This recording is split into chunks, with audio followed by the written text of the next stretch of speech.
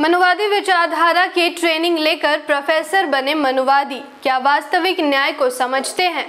इस देश में जातिवाद आज भी चरम पर है। देश के विभिन्न क्षेत्रों में हमें जातिवाद की घटनाएं देखने और सुनने को मिलती हैं, लेकिन शैक्षणिक संस्थाओं में जातिवाद यह दर्शाता है कि कैसे पढ़े लिखे मनुवादी विचारधारा के लोग आज भी जातिवाद को बनाए रखने में अपनी अहम भूमिका निभा रहे हैं।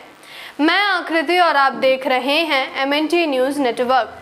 बाबा साहेब डॉक्टर भीमराव अंबेडकर ने संविधान को समर्पित करते हुए कहा था कि हम राजनीतिक समानता बेशक हासिल कर लें, पर सामाजिक समानता एक जटिल लड़ाई है और सामाजिक समानता के बिना राजनीतिक समानता भी बच नहीं पाएगी। आज बाबा साहेब की कही गई वह बात सच होती दिख रही है और आज मूल निवासी बहुजन समाज इस स्थिति पर आकर अटक गई है। भारतीय संविधान के अनुच्छेद 46 यानी आर्टिकल 46 के मुताबिक राज्य कमजोर वर्ग के लोगों और विशेष रूप से अनुसूचित जातियों तथा अनुसूचित जनजातियों के शैक्षणिक एवं आर्थिक हितों को बढ़ावा देगा और उन्हें सामाजिक अन्याय व अन्य सभी प्रकार के शोषण से बचाएगा।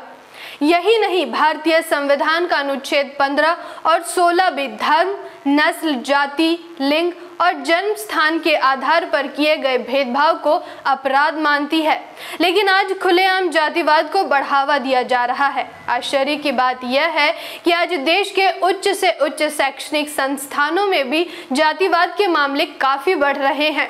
आंकड़ों के मुताबिक पिछले 5 सालों में 13,000 से अधिक SC, ST और OBC छात्रों ने IIT, IIM और केंद्रीय विश्वविद्यालयों की पढ़ाई छोड़ दी है। इसका मुख्य वजह उन उच्च शैक्षणिक संस्थानों में जातिवाद मानसिकता वाले प्रोफेसरों की अधिकता है, जो जन्म से ही इनकी ट्रेनिंग लेता है। इस देश में द्विजों की आबादी मात्र 15% है, लेकिन जानकर आपको आश्चर्य होगा कि उच्च शैक्षणिक संस्थानों में लगभग 98% प्रोफेसर और 90% से ज्यादा सहायक प्रोफेसर तथाकथित उच्च वर्ग से संबंधित है। ये वही लोग हैं जिन्हें बचपन से ही उनके घर और समाज में उन्हें मनुवादी विचारधारा की ट्रेनिंग दी जाती है और जातिवाद को आगे बढ़ाने की जिम्मेदारी उनके कंधों पर सौंपी जाती है। लेकिन क्या इन प्रोफेसरों से उच्च शैक्षणिक संस्थानों में सामाजिक न्याय की उम्मीद की जा सकती है? अगर सही में ये लोग सामाजिक न्याय के प्रति ईमानदार होते तो आज उच्च शैक्षणिक संस्थानों में जातिवाद चरम पर नहीं होती और मूल निवासी छात्रों को पढ़ाई बीच में नहीं छोड़नी पड़ती। जब एक मूल निवासी छात्र जातिवाद का शिकार होता है तो सिर्फ उसके सपने ही नहीं टूटते, बल्कि उसके साथ साथ उसके परिवार और पूरे समाज के भी सपने टूट जाते हैं। फिर कोई अपने बच्चों को खोने के डर से उन संस्थानों में नहीं भेजते। आज देश के उच्च शैक्षणिक संस्थाओं में मूल निवासी अध्यापकों, प्रोफेसरों और सहायक प्रोफेसरों की संख्या बेहद कम है।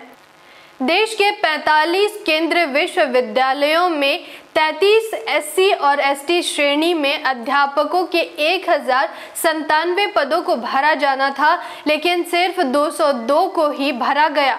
वहीं इन 33 विश्वविद्यालयों में से 18 में तो इस श्रेणी से एक भी पद नहीं भरा गया है। इन शैक्षणिक संस्थाओं में 15% द्विजों की अधिकता के साथ साथ ही 85% मूल निवासियों की भी भारी कमी जातिवाद का एक सबसे बड़ा कारण है। उच्च पदों पर बैठे मनुवादी मानसिकता वाले द्विजों ने मूल निवासी छात्रों को हमेशा पीछे ही धकेलने का काम किया है। ऐसे कई मामले सामने आए हैं जिसमें मूल निवासी छात्रों को उनकी योग्यता से कम नंबर दिए गए या जानबूझकर फेल कर दिया गया। एम्स के बारे में एक समिति के अध्ययन से पता चला है कि कैसे SC, ST और पिछड़े छात्रों को बार बार बेवजह फेल कर दिया जाता है। जागृति के इस मुहिम में आप हमारा साथ और सहयोग दें। जानकारी महत्वपूर्ण लगी हो तो वीडियो को लाइक और शेयर करें। साथ ही हमारी अगली वीडियो सबसे पहले देखने के लिए चैनल को सब्सक्राइब करके बेल आइकन को प्रेस जरूर करें। धन्यवाद। जय भीम, जय मूल निवासी, जय संविधान, जय भारत।